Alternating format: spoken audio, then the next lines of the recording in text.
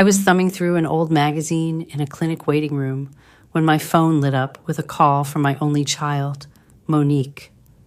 Her voice came through crisp and cool, like steel in winter. "Ma, we're flying to Europe tomorrow," she said. "I already sold the Tybee cottage and the pickup. We needed the cash. Okay, bye." The line clicked dead. For a long second, I just listened to the dial tone, watching my reflection wobble in the smudged screen like I was someone else. 62 years of raising that girl, praying over her, working doubles, pinching pennies, and apparently I was something you toss out with yesterday's paper. I didn't cry. Not that time. I leaned back in the plastic seat, the kind that makes your knees ache, and breathed in steady. Because there was a little something my sweet child didn't know. My name is Loretta Hayes. I'm a black woman born and raised in Savannah, Georgia, where the air tastes like salt, jasmine, and history. I used to think I knew my daughter. Used to think a lot of things, really. 6 months earlier, my husband, Benjamin Ben Hayes, slumped forward at our breakfast table, still holding the spoon he'd used to stir my coffee. Heart attack, quick and cruel. His last words were, "Mornin', pretty girl," like he'd said every day for 40 years. After Ben passed, Monique started dropping by more.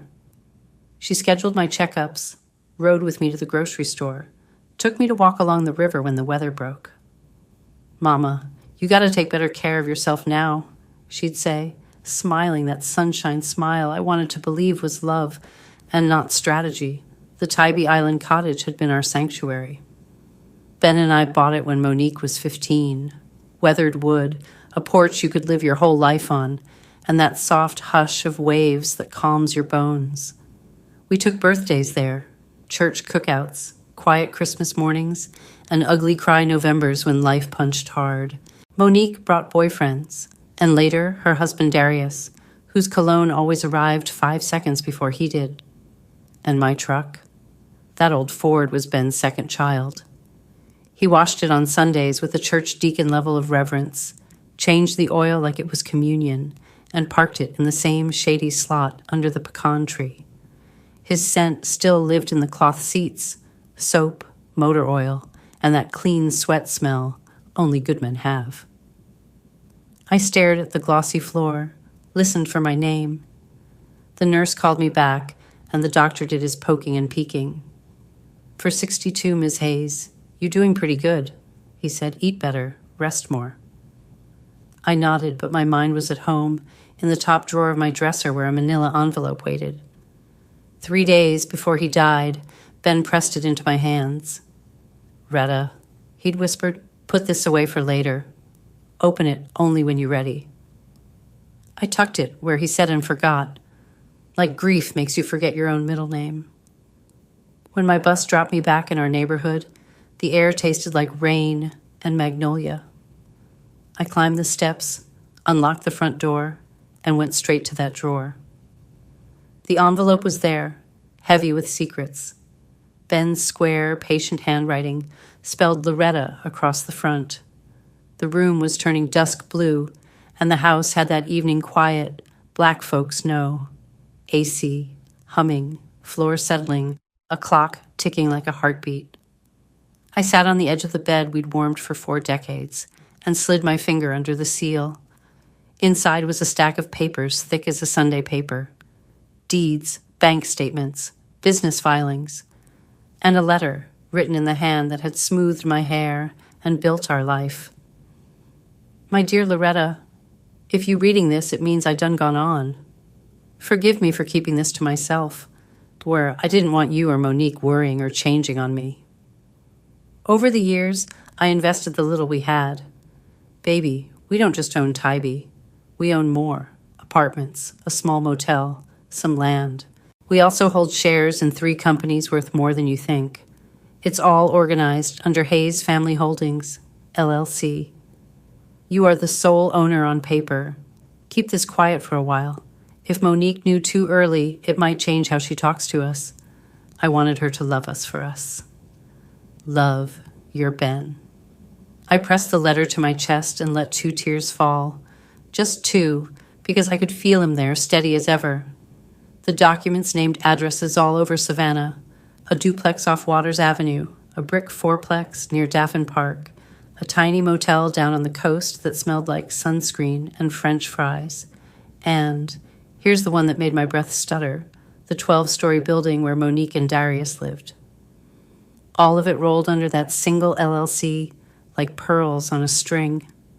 Ben, my quiet, bus-driving husband who'd carried lunch in the same battered cooler for 35 years, meanwhile multiplying our little nickels into something real.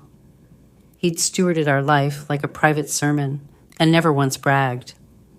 There were bank accounts, too. Numbers so large I had to count commas twice. I slept on top of the coverlet that night, TV off, phone face down.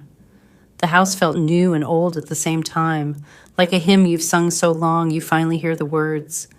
In the morning, my phone rang again. Monique. Her voice was soft now, syrupy sweet. Hey, Mama, just checking in. We transferred the proceeds from selling the house and the truck, she said. We put your share in your account. Not much, but it'll help you get a smaller place. We took 30%. That's fair, right? We need capital for an opportunity in Europe. Darius got this amazing deal. 30% of my own property. Wasn't that merciful? When do y'all leave, baby? I asked, my voice easy as tea. This afternoon, she said, 6 months, if business goes well. Maybe longer. Don't worry. We'll help you find a studio when we get back. A studio. After a lifetime of making a house a home, she was downsizing me into a box. All right then, sweetheart, I said.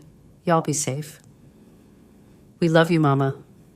She hung up before I could answer.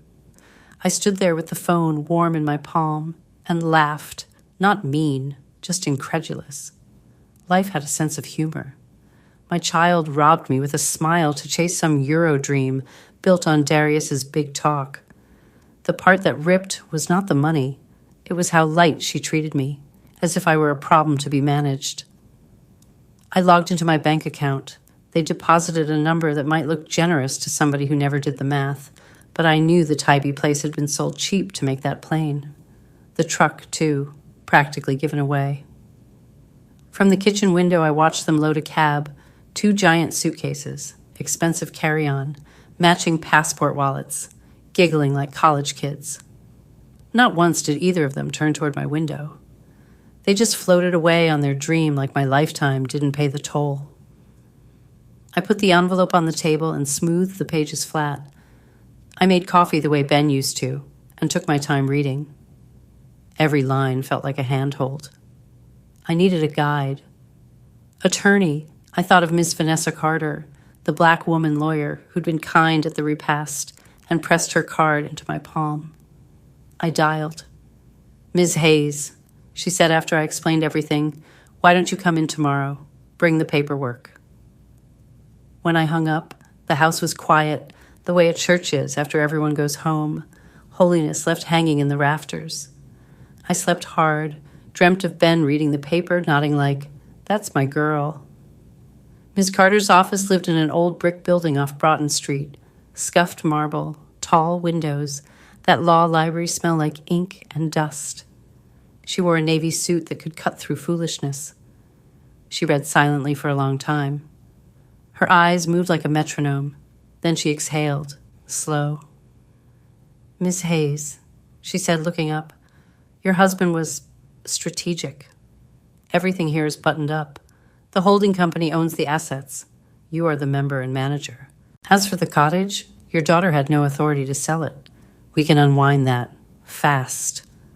My breath went out in relief. I don't want to sue my baby. I said, not if I don't have to. We don't have to sue to fix the title, she said. The buyers appear to be good faith purchasers, but the sale was unauthorized. We can rescind and refund. As for the truck, did your daughter have a power of attorney? I squinted, searching memory. Weeks after Ben died, Monique brought a stack of papers, said they were for funeral arrangements and estate transfers. I'd signed like a sleepwalker. I might have. I said, shame stinging. Then that's murkier. Miss Carter said gently, but not impossible. We can attempt to recover it if the buyer will negotiate. And regarding the high rise where Monique lives, technically you own it through the LLC, but we need to amend filings, so all control flows back to you personally. That'll take a few weeks. I want quiet, I said.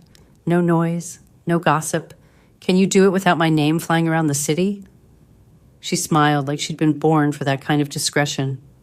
Of course. After that meeting, the world looked bright and sharp. Buildings taller, red stoplights redder, me walking straighter. I went home and made a list with a pen, big woman handwriting like my Aunt Odessa used to write recipes. Call Miss Carter, weekly, grocery, church, walk, pray, trust. Days fell into a rhythm. In the mornings, I kept house and tended the front porch plants, sweet potato vine and geranium, answering neighborly questions with soft answers. Loretta, you okay? Asked Miss Ruthie from 2 doors down, a widow like me whose pound cake could make a sinner testify. I heard Monique and her man flew overseas. Lord, that girl bold. They gone a while, I said, smiling. I'm fine. If you need anything, you holler. I got extra greens in the pot. I know where you live, I teased, and we both laughed. Afternoons, I worked. I studied the LLC papers until they made sense. I Googled terms. I wrote down questions for Ms. Carter. I learned more about real estate in 2 weeks than I'd learned in 60 years. On a Wednesday morning, Ms. Carter called. We've rescinded the Tybee sale, she said, her voice pleased. The buyers were cooperative once they saw the documents. Funds returned, keys surrendered. The county will correct the deed this week. The truck, work in progress. The high rise, give me 2 more weeks. That afternoon, I took the bus down to Tybee and stood across the street from our cottage. It looked smaller than my memory and just as perfect. Cream paint, that porch railing Ben had sanded by hand. Someone had set new potted palms on the steps. I sat on the curb, hands laced in my lap, and remembered all the years, brown legs getting longer, beach towels crusted with salt, Monique's first heartbreak soothed with hush puppies, and a long talk at midnight. A man stepped out. You lost, ma'am? He asked kindly. No, baby, I said. I'm found. Back in Savannah, the sky bruised purple. I called Ms. Carter that night, a thought tugging. I want the truck back. I said, I know it's silly, but I want it. Not silly, she said. It's your memory. I'll try. Weeks ticked by, marked by quiet progress calls. Ms. Carter negotiated with the truck's buyer. Turns out he knew her paralegal's cousin and agreed to return it for a little above what he'd paid. She moved the corporate chess pieces so I'd have clean, direct control. Every time she said done, it felt like another stitch pulling me back together. Meanwhile, I played a role, a performance I didn't relish but felt called to. To the world, I was a tired widow. Folks pitied without asking me if I needed pity. At church, people squeezed my hands extra long. At the market, the butcher threw in an extra bone for broth. I thanked them all and kept my counsel. Monique, not a postcard, not a text. I told myself the silence made it easier to breathe. One Friday, Miss Carter said, Everything's set. You're in full control of the building. I've also placed property management on notice to route all approvals through you. Do you want to take any action in regard to your daughter's unit? It was the kind of question a lawyer asks carefully. Yes, I said, my throat steady as a drum. Draft a notice to vacate, 30 days. Deliver it when she gets back. She was quiet a beat. You're sure? She put me out with a phone call. I said, I'm not putting her on the street. I'm putting her on pause. That same afternoon, Miss Ruthie came hustling up my porch steps like gossip had put wings on her sandals. Girl, she said, settling her purse, bank folks say Darius Dunn took out loans against that condo like it was his to pledge. But guess what? Word is the bank discovered it ain't his. Whole thing a mess. I folded my dish towel to hide the tremble in my hands. Is that right? I said, like she told me the weather. And Monique? Miss Ruthie lowered her voice. They say she might have to fly right back to sort it out. Poor baby, I murmured, meaning it in two directions at once. That night, I sat outside with tea. The stars looked like every ancestor I ever had, winkin' and whisperin'. I see you, Ben, I said to the sky. Your plan working. Keep me kind and keep me strong. The next morning, Miss Carter called early. Monique just landed stateside, alone. Sounds like trouble forced her back. I can deliver the notice today. Do it, I said, please. My hands didn't shake. My heart did. The next afternoon at exactly 1:30, my phone rang like it had waited for the minute. Mama.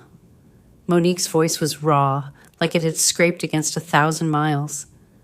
I need to talk to you, please. How is Paris? I asked gently. Mama, I can't. She swallowed. I came home to a letter. It says I gotta vacate in 30 days. The company name is Hayes Family Holdings, LLC. You ever heard of that? She rushed on. Darius is gone. The bank's calling.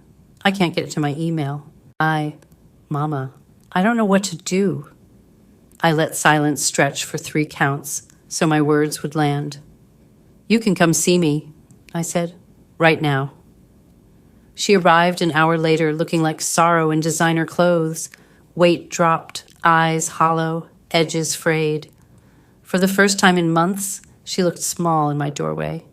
She hovered like she was afraid to step over the threshold into her own history. Come on, I said, opening my arms the way you do for a child, even when you want to cross them. We sat at the kitchen table with mugs of coffee going warm and cold. She tried to start 3 times before words worked. I'm sorry, she said finally, for everything I said, everything I did. I was ugly to you. Her voice cracked and the tough left her. It's done, I said. Tell me what's in front of you. She poured it out. Darius never had a business deal in Europe. He had a girlfriend. He'd taken out loans in both their names, used her signature where it didn't belong, and when the bank started asking questions, he caught a flight the other direction. She'd followed him to Paris and found out the truth standing in line at a hotel, and then she burned through the money chasing him, like grace could be bought with plane tickets. Now he was gone, and the bank wanted blood. Do you have money for a lawyer? I asked. She laughed a broken sound. You know I don't. We used everything. Mama, can I stay with you for a while? This was the moment I'd seen coming. It still hurt. Of course, I said, this is your mama's house. She cried hard then, forehead touching the table edge. I rubbed her back, like when she had baby fevers. Small circles. Shh, baby, shh. When she pulled herself together, she reached into her bag. I found this in a drawer at the condo, she said, sliding over a smaller manila envelope, my name on it in Ben's careful hand. Was this Daddy's? I nodded, slow. Let's open it together. Inside, a short note and a small key taped to the corner. Retta, if you're reading this after the main envelope, it means our girl in trouble. This key is for a safety deposit box downtown, number 247. Inside is something to help you help her. Use it wise. B. Monique sucked in air. A safety deposit box? Daddy had a box? How long you known about this? I didn't, I said, and the truth of it sat right in the middle of the table. Please, Mama, she said, her eyes pleading. Can we go tomorrow? Maybe there's paperwork. Something. Anything. I wanted to say not yet, but she was my child, and she had that look like a person on a cliff asking if you got any rope. All right, I said, first thing in the morning. That night we ate collards and cornbread in a quiet that felt like truce. She told me pieces of Europe, the lies, the way Darius talked big and paid cash at fancy places so he could pretend he belonged, the hotel bills she'd put on a card he promised to pay. I kept my face gentle and my spirit watchful. Behind my calm was a plan clicking into place like dominoes. The next day at the bank, The vault girl, young enough to be my granddaughter, checked my ID twice and led us to a small room with a metal table. My hands shook a little when I slid the key into box 247. Inside, jewelry carefully wrapped, emerald ring, pearl strand, cufflinks, bracelets that caught the light like summer. With it, an itemized note from Ben listing approximate values, neat as ledger columns. Monique gasped. "Mama, this is money. This is real." "It's history," I said, my voice soft. "It's our people." She held the pearl necklace up to her throat, then set it down like it was too heavy. "We could—" She stopped, met my eyes. "I could sell some pieces and pay the urgent banknotes. Start over, Mama, please. I know I messed up." "Baby," I said, "don't you use your daddy's love to pay another man's foolishness unless you know that's the right thing." "What choice I got?" she asked, desperate. "They gon' garnish everything. I can't even get a job with all these alerts on my name." Back home, she laid the jewels out on the kitchen table like she was reading tea leaves. I made gumbo, the slow kind you stir with patience so the roux don't scorch. While it simmered, I stepped into the hallway and dialed Miss Carter. "2 things," I said. "See if there's any path to separate Monique from Darius's liabilities. And find Darius. I don't care if he in a Paris cafe or hiding behind some girl's mama. I want to know." "It'll cost time and money," she said. "I got both," I told her. "But keep my name tucked. I'm doing this quiet." After we hung up, I watched Monique counting, erasing, counting again. It broke me and healed me at the same time, my child finally doing math with her life. The next week looked like penance. She took a night cleaning job downtown when 3 respectable offices told her no. She came home with tired feet and a humble kind of pride. She spoke kindly to strangers. She started asking me questions I'd waited years to hear. "How you budget, Mama? How you decide what to fix and what to let be?"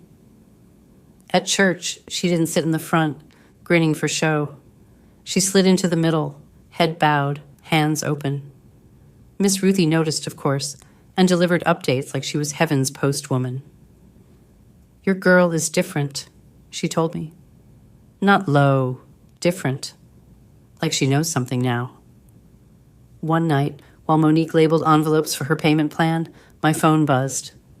"Ms. Hayes," Miss Carter said, "I found Darius. He's in Paris, trying to pull a sham marriage to stay put, and we have proof he forged signatures and intended to flee. That means we can argue fraud and coercion and get your daughter out from under these debts." I leaned against the counter so my knees wouldn't give me away. "Start the process," I said. "Don't tell her yet. I don't want to hand her hope halfway." That night, Monique looked up at me with eyes that finally saw. "Mama," she said, "I've been acting like life was an escalator. Just stand still and it'll carry you up. I'm learning it's stairs." "Stairs ain't bad," I said, touching her hand. "That's how you get your breath back." 2 more weeks, and Miss Carter had a packet thick enough to level a table leg. She said the judge would likely sign orders, clearing Monique from the loans Darius forged. The notice to vacate sat in the file, like a lesson written in ink. I picked a Friday morning. "Come with me," I told Monique. "There's a lawyer might help." "I can't pay," she said automatically. "Just come." Ms. Carter greeted us with a smile that had both teeth and tenderness. She laid the evidence of fraud in front of Monique first. Watching my daughter read those words, not responsible, forged signature, coerced, was like watching somebody set down a suitcase they'd been carrying so long, they forgot it wasn't part of their body. "How?" Monique whispered. "Your mama retained me," Miss Carter said, then glanced at me for permission. I nodded. Monique blinked. You hired a lawyer? With what, Mama?" I slid the second folder across the table. Deeds, accounts, holdings, the whole quiet empire Ben had built. She read, mouth open, hand over her lips like she could hold back the flood. "Mama," she said finally, "you own all this?" "Yes," I said simply. And you knew when I called you from the doctor's office. You knew when I sold the cottage. You knew when I came back here crying. Yes. Why? Her voice cracked in the middle. Why would you let me fall like that when you could have caught me? Because, baby, I said, reaching across the table, some falls are the catching. Her tears came then, different ones, clean ones. She nodded like she'd been waiting her whole life to be told the truth straight. Ms. Carter slipped out and closed the door. I forgive you, I told her. I forgave you the moment the dial tone hit, but I wasn't going to rescue you so you could keep drowning pretty. I needed you to feel what dignity weighs. She wiped her face. I ain't quitting that night job, she said after a moment, surprising us both. I need to finish what I started. I smiled. That's between you and your feet. When we left Miss Carter's, Savannah looked different. The same live oaks hung with Spanish moss, the same squares with statues lifting their chins to heaven, but we were walking inside a different story. Monique's shoulders were lower, her eyes a little higher. We reached the truck, Ben's truck, back where it belonged, and I turned the key. The engine answered like a baritone, Amen. Monique put her hand on the dash. Hey, Daddy, she whispered. I pulled into traffic, blending with the noon rush. Nurses switching shifts, tourists hunting shrimp and grits, school buses carrying tomorrow. My daughter sat beside me quiet and alive, and the man who loved us was everywhere, in the steering wheel, in the letter folded in my purse, in the plan that had held. Now, I said as the light turned green, let's go home. We got some more steps to climb. Monique moved her clothes back into her childhood room, the one with fading posters still tacked above the dresser. She carried only 2 suitcases and a box of papers, all that was left of the high life she had chased. I stood in the doorway watching her fold dresses into drawers she hadn't touched since she was 17. Every motion carried shame and exhaustion. She caught my eye and gave a small, broken smile. Mama, she whispered, I can't believe I'm back here. I only nodded and left her to unpack. Later, she brought out the smaller envelope Ben had left. That key led us to the deposit box of jewels. To her, they were salvation. To me, they were just symbols, proof that Ben had thought of everything. She wanted to sell them quickly, pay debts, claw her way out. I let her wrestle with the decision, biting my tongue while she listed what she could get for each necklace and ring. Nights at the kitchen table became rituals. She spread bank papers across the surface, calculating, erasing, recalculating. She spoke of her new cleaning job with quiet pride, though she came home with sore hands and swollen feet. It's not much money, Mama, she told me, but it's mine. I earned it. I watched her grow older in weeks, years of softness peeling away until only something raw and real remained. Calls with Miss Carter grew more promising. She'd found Darius in Paris, living a double life, tangled in fraud. There was proof he had forged Monique's name on loans. That meant the debts could be lifted from her shoulders. I wanted to scream the news across the kitchen, but I held it in. She had to walk all the way through her valley before she could climb out. One evening, as she massaged her feet with balm and leaned against the sofa arm, Monique said, Mama, I thought being rich meant having nice things, but it's not. Rich is coming home tired from a job and knowing you kept yourself afloat. Rich is sitting here with you, eating collards, knowing somebody loves me even after I messed up. I excused myself to the porch so she wouldn't see my tears. I whispered to the night air, She's learning, Ben. She's finally learning. Weeks later, Miss Carter called to say the judge was ready to sign. The debts forged under Monique's name would be voided. Darius would face his own charges abroad. It was time. I told Monique we had an appointment with a lawyer. She was nervous, thinking about fees she couldn't afford, but I insisted. At the office, Miss Carter slid papers across the table. Monique's eyes widened as she read words she didn't expect. Exoneration, fraud confirmed, legal responsibility erased.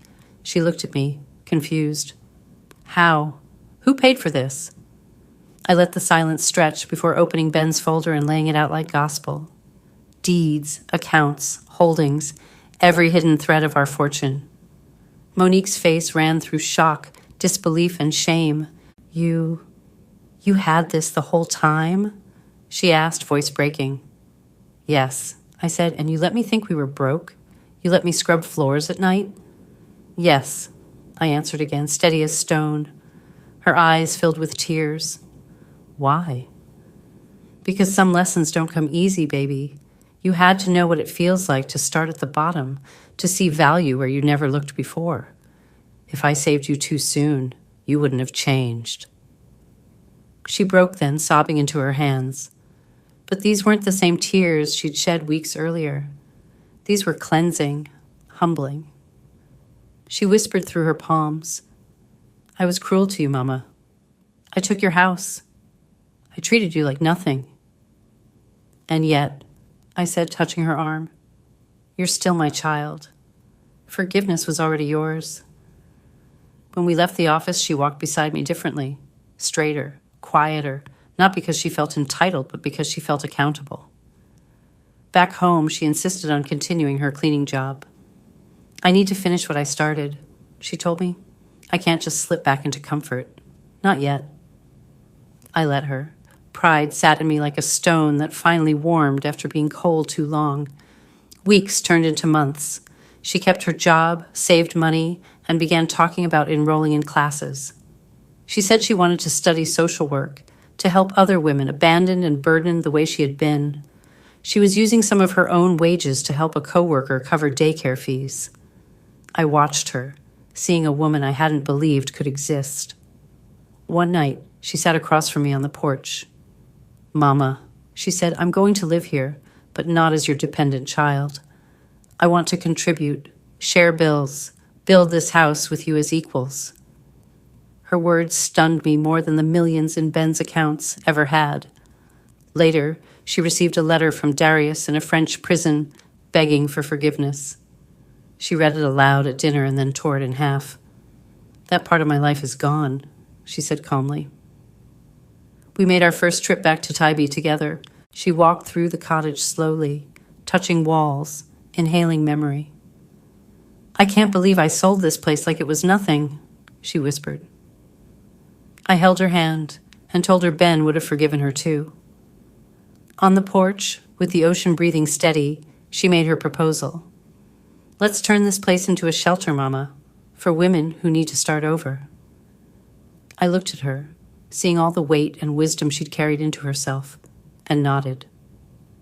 The best homes are the ones that open their doors, I said. That night, as we drove back under the canopy of moss-draped oaks, I felt Ben everywhere. His plan had worked, not as punishment, but as resurrection. Monique had lost everything she thought mattered and found everything she truly needed. Justice had come quietly, like grace.